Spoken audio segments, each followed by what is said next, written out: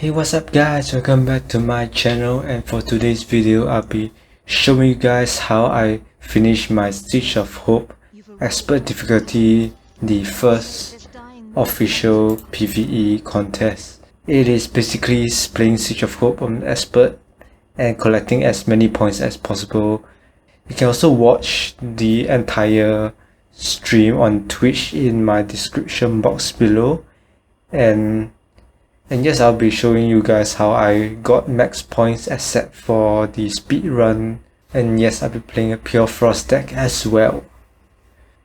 Oh yes, and for this contest I got the 6th place on the expert category, which granted me 3 general boosters. Although this run wasn't a very fast run, it's about a 40 minutes run, but I'm still proud of it as I found out some creative way in defending this map and blocking and preventing stronger twilight spawns from attacking the north base of the Irish camp. Alright, without further ado, let's get on with this video. Alright, I will be summoning the Frost Mages and the Master Archers. Frost Mage to knock back the twilight units, the small twilight units. It's very helpful. I'll be also showing you guys the area where I get the points and the summary of the points in another link at the description below as well to the Skylords Reborn forums. And yes, I'll be collecting the wells here so that I can get more power. The earlier you collect the well, the more power you get later on.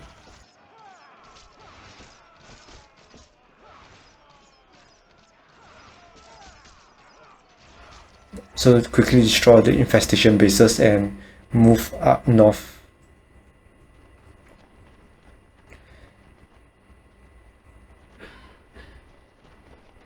Alright, you want to build a construction hut over here. You reduce the cost of building all the towers.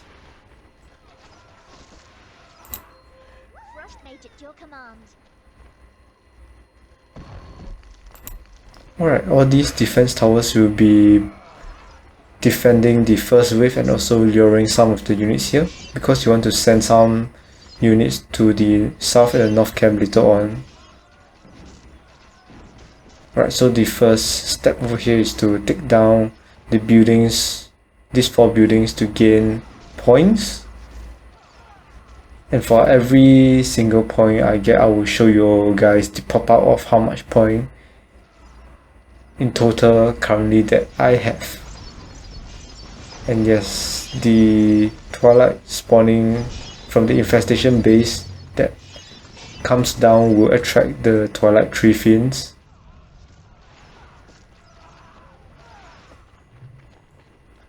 So why you want to have the frost mage is because the archers will be attracted to your soldiers when you are destroying the buildings. So the frost mage will just knock them back and you prevent your units from dying. Right, so over here I will be summoning the Lightblade. Because of his high health, you can run over to the north without dying, and the south of course without dying.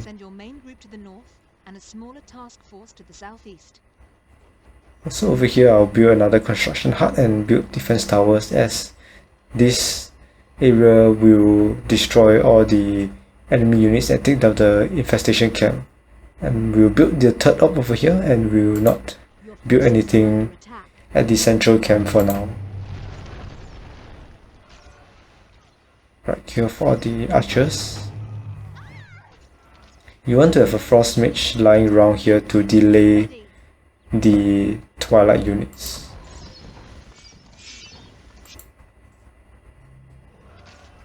Right, my Lightblade below. It's crossing over to the south camp.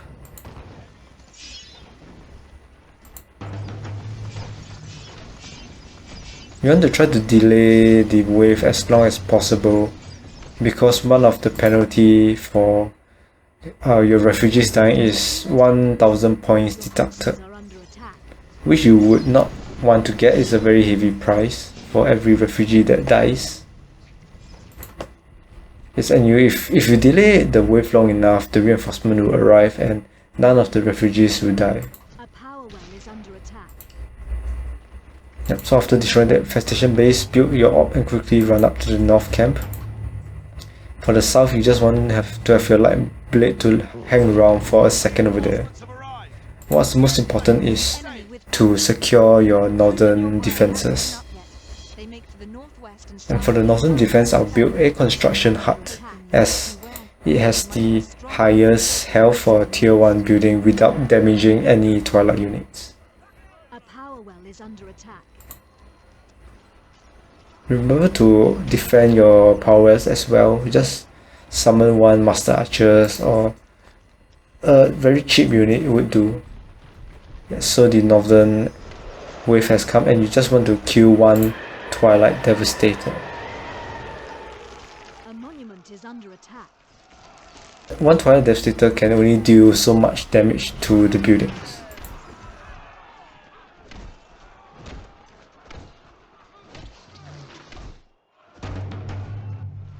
For the south, you don't really have to do much and just clear off the first wave. After clearing the first wave, remember to build another construction hut with the Warden Sigil. So you have I have my defenders here to delay the attack, and of course using the shield building, the ice shield. This would delay the devastator attack, and the building can take all the attack as long as it wants. Right, so for the bottom here, it's very important for it not to kill the twilight minions. Yeah, have your tremor move up to lure the twilight minions and they will just attack the construction hut indefinitely. Warden Sigil, the green affinity, provides more ice shield restoration, which means that your building will never be destroyed. And for the above, one twilight devastator with construction hut and the shield building. An important thing to note is that you want to have an upgrade tree on your shield building card, because if it's below upgrade 3, the ice shield is not enough to prevent damage to the construction hut, and your construction hut will take damage, which is why I have a couple of construction hut in case my charges went off.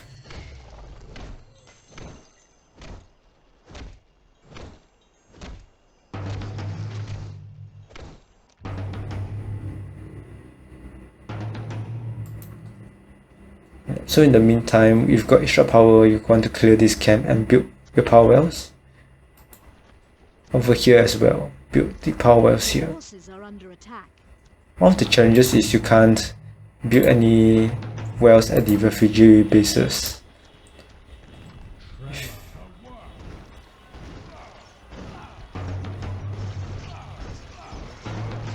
Alright. Tremor is a very strong card. Remember to have a Tremor to defend your ops and also to take down the central base. Of course, Northland Drake is very good as well. We play only common and uncommon cards, as it will grant you an additional 800 points.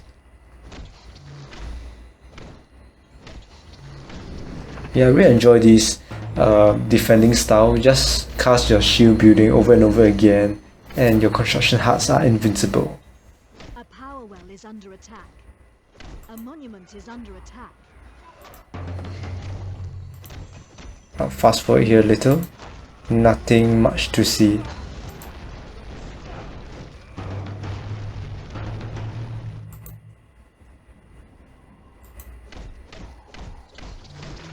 So once you're out of charge of the shield building, you can summon master archers or whatever archers and lure it away to delay the devastator from attacking your buildings. Allow some recharge time for your spells. In the meantime, just keep building the Northland Drakes to prepare to destroy all the entire camp, the main camp at the top.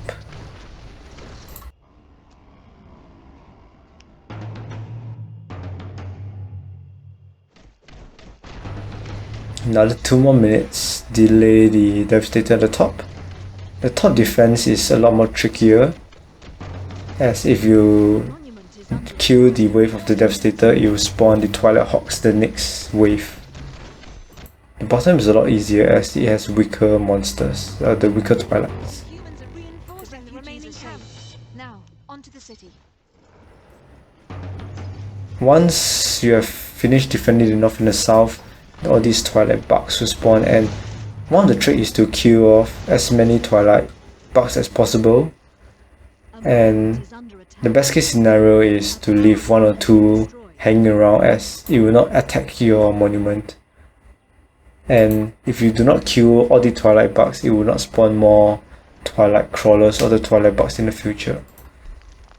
One important thing to take note is to build towers at each of your camps. This will grant you more points as well. And you are also not allowed to kill or destroy any of the main base over here before the Twilight infester spawns. Alright, and you see my units running. This will grant me another, forgot how much points would that be, but yeah, it grants points when you have 3 different units to run around this area twice. Yeah, as you can see here, the Twilight bugs will not be spawning as it has not been killed. And the reason why my orb isn't attacking is because it is not within the visible range. As you can see the 4th wall, the orb can't see the Twilight crawlers. Yep, so after destroying the main base, you can go back and kill off the Twilight crawlers.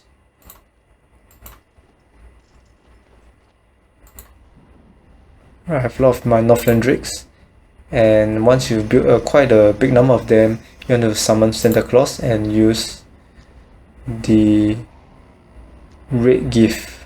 This will allow them to teleport back to the closest monument. And why you want to use this above the healing one is because the Red Gift, the instant teleportation will prevent them from getting killed in the battle, rather than only healing 750 health.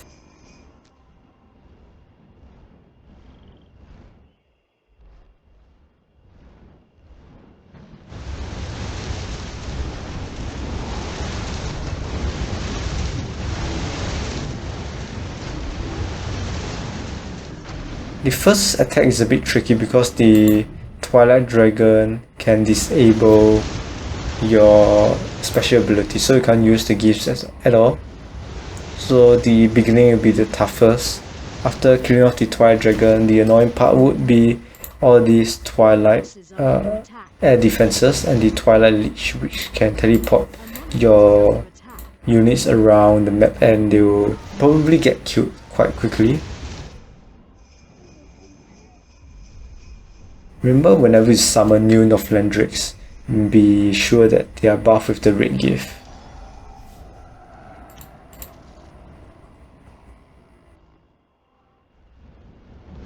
From here on, it's just attacking, teleporting back, healing my units, attacking and teleporting back. So the first base you want to destroy is the north one over here, and once you have crippled the base, you want to attack from the bottom, as shown here.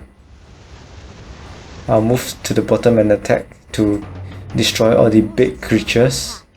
And for the big creatures, you want to use the special ability, the Red Affinities Infused Blizzard, which can do quite a bit of damage to the units. Make sure when they are about to die, teleport back to the monument and heal off, and just repeat this process, and you should be able to get your max points pretty easily.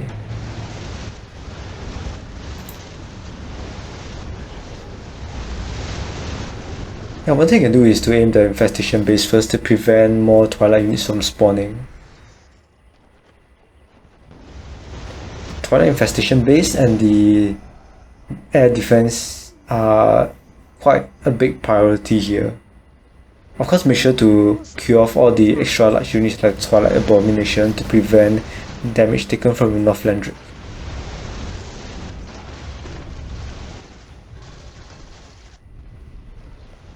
This process will take quite a bit of time.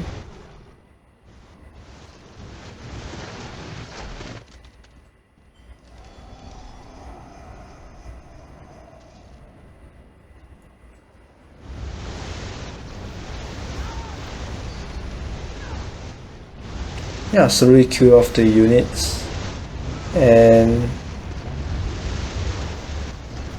yep, when they are low health, make sure you teleport them back. As you can see, they are slowly being ported back to the monument. Heal them off and attack again. This will probably be like my second last attempt. Twilight Whispers are annoying as they can blind your North Matrix. I think I'll teleport back one more time and I'll finish the units off at the next one.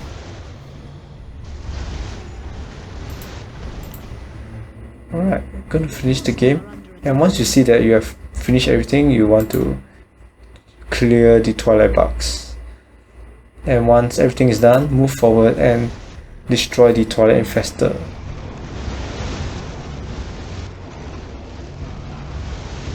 Kill it, and yes, you have won the game, and this is how you get the max points for a pure frost deck. Remember, if you want to see more strategies, you can take a look at my description box for the original Twitch stream, and you can see the different plays, all of the factions, the fire, shadow, nature and frost as well.